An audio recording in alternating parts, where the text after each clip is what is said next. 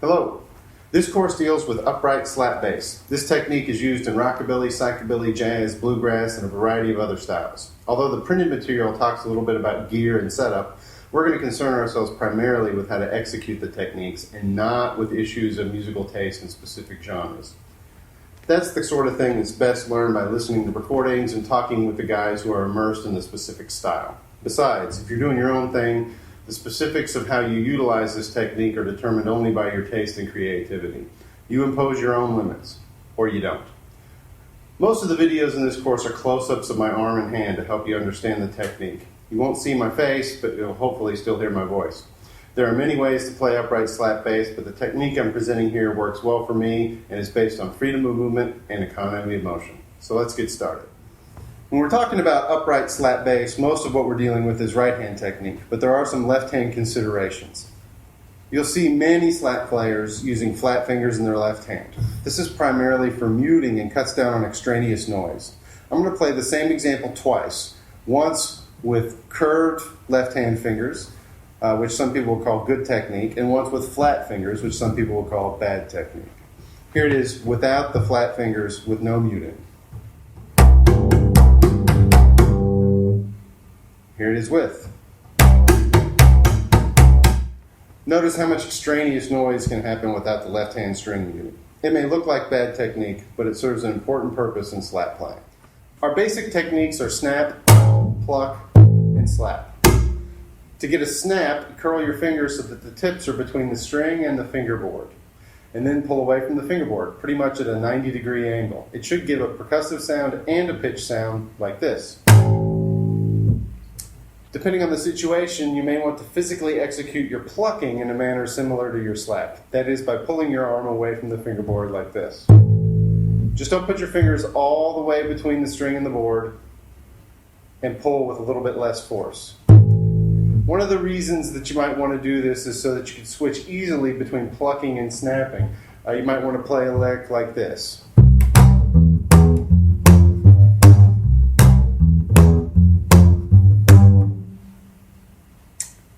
To get the slap sound, you simply hit the strings against the fingerboard with your right hand. For single slaps and slower tempo multiple slaps, I use a flat-fingered approach and hit with the fingers and the palm of the hand like this. Fairly quickly, you'll want to combine snaps and slaps. Generally, slaps come in between snaps and add a percussive element to your playing. A single slap and a single snap played as a shuffle would be an example.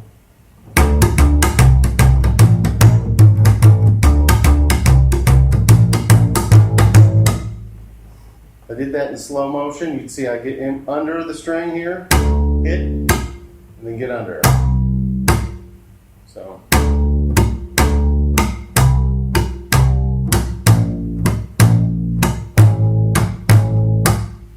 Notice I'm keeping my arm and also my wrist and fingers as flexible and loose as possible. Another common rhythm would be a 3-3-2 combination, or a dotted quarter, quarter snap with a steady stream of eighth note slaps in between. Kind of like this.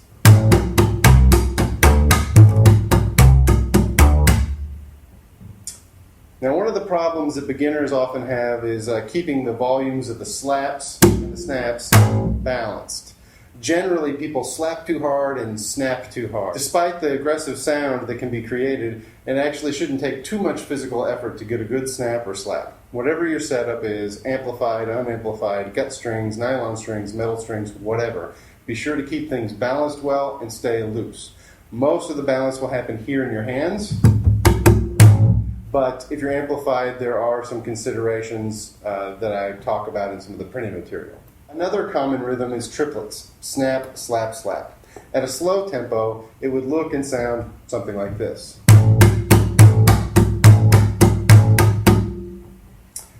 At an exceptionally fast tempo, I use a slightly different arm motion than I do at a slower tempo.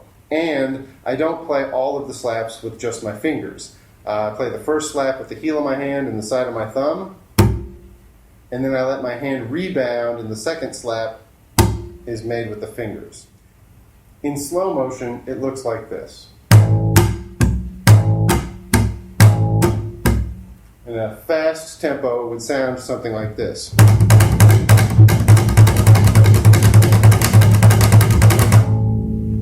Although you should always be loose, for this rebounding technique to work, it is paramount that you be very loose in the arm, wrist, and fingers. Notice that the arm motion is more circular. I don't snap directly out as I did before. So before, at a slower tempo, I might go. I'm going straight out like this. But for a very, very fast tempo, I would go in more of a circular motion. It's a little bit of elliptical motion. It goes to the left, the G string side of the bass. This fast triplet figure that I've been playing is sometimes called a drag triplet. It's often added in a shuffle beat like the one we played before. So our shuffle beat before was something like this.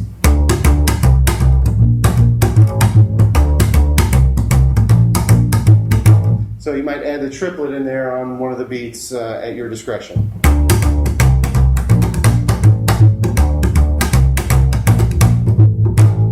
To really refine the drag triplet and make sure that the snap and slaps are balanced, you can practice it with a muted left hand, meaning that the right hand motions are the same, but you don't actually play a pitched note with the left hand. You would totally mute all the strings. It would sound something like this.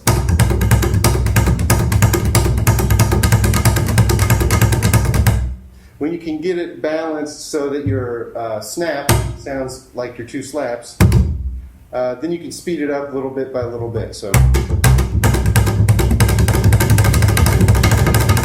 it's also a good effect by itself, but it's also a great etude to really refine that drag triplet.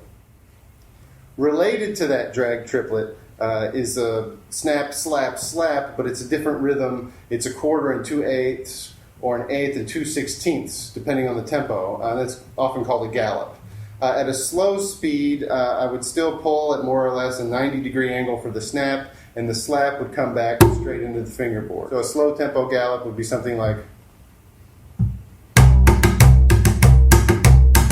At a faster speed, though, the motion is very much like a drag triplet. Only the rhythm is different. So we'd be in the circular motion. We'd hit the first slap with the thumb and palm of my hand, and then I would bounce and rebound and do the second slap with the tip of my fingers. So for both the drag triplet and the gallop, don't get lazy with the rhythm. You don't want your gallops to sound like triplets or vice versa. Do your best to make sure you hear every snap and every slap. What can be tricky for beginning slappers is changing from one arm motion to another quickly and smoothly, which is sometimes necessary. So going from the perpendicular motion like this to more of a circular elliptical motion for the drag triplets. I'm going to play a lick here by Al Gare that he plays with Amel DeMay to show how these physical techniques can be combined. It utilizes a single slap, drag triplet, and a gallop. Al plays this lick without the drag triplet technique, but I'm doing it here just to juxtapose the two different arm angles that we need for the two techniques.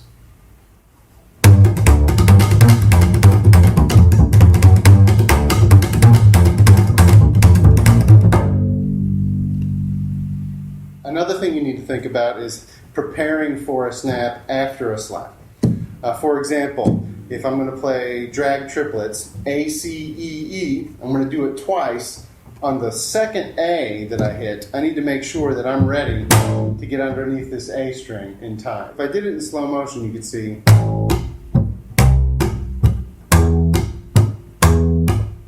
And I need to make sure I'm here ready under the A string on that last slap.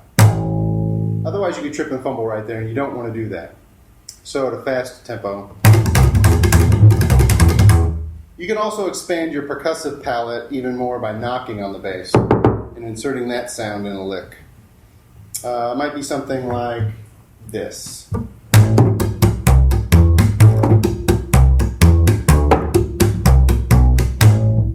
If you don't want to scratch your bass, be sure to use your knuckles and not the tips of your fingers. The nails could scratch your bass, and besides, the knuckles generally sound better. You can also rake your right hand fingers across the strings for percussive effects.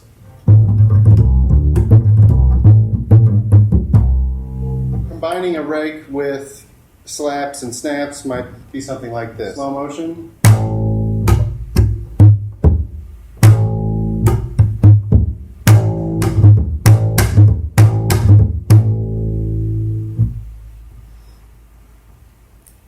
You can also use traditional electric bass slap style, but this works best when amplified. Here it is a little bit unamplified.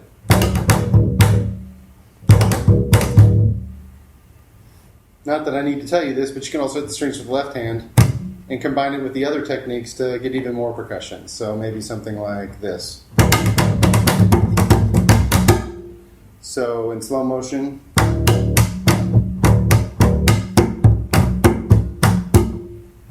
If you're going to be playing rockabilly, psychobilly, punkabilly, that sort of thing, you'll likely be asked to do some bass stunts. Be careful though, accidents happen, and those accidents can be expensive. You'll probably want to stand on your bass at some point. My advice is don't do it unless you've reinforced your instrument or you bought one that was designed for that sort of thing. Necks break, in-pin blocks come out. It can get very expensive very fast. You'll likely see some videos of myself and my students standing on an instrument and doing all kinds of stunts, but I assure you those basses have been reinforced. This one right here has been reinforced in a way that doesn't add much weight, and it ensures that the instrument can take any abuse you can give it on stage.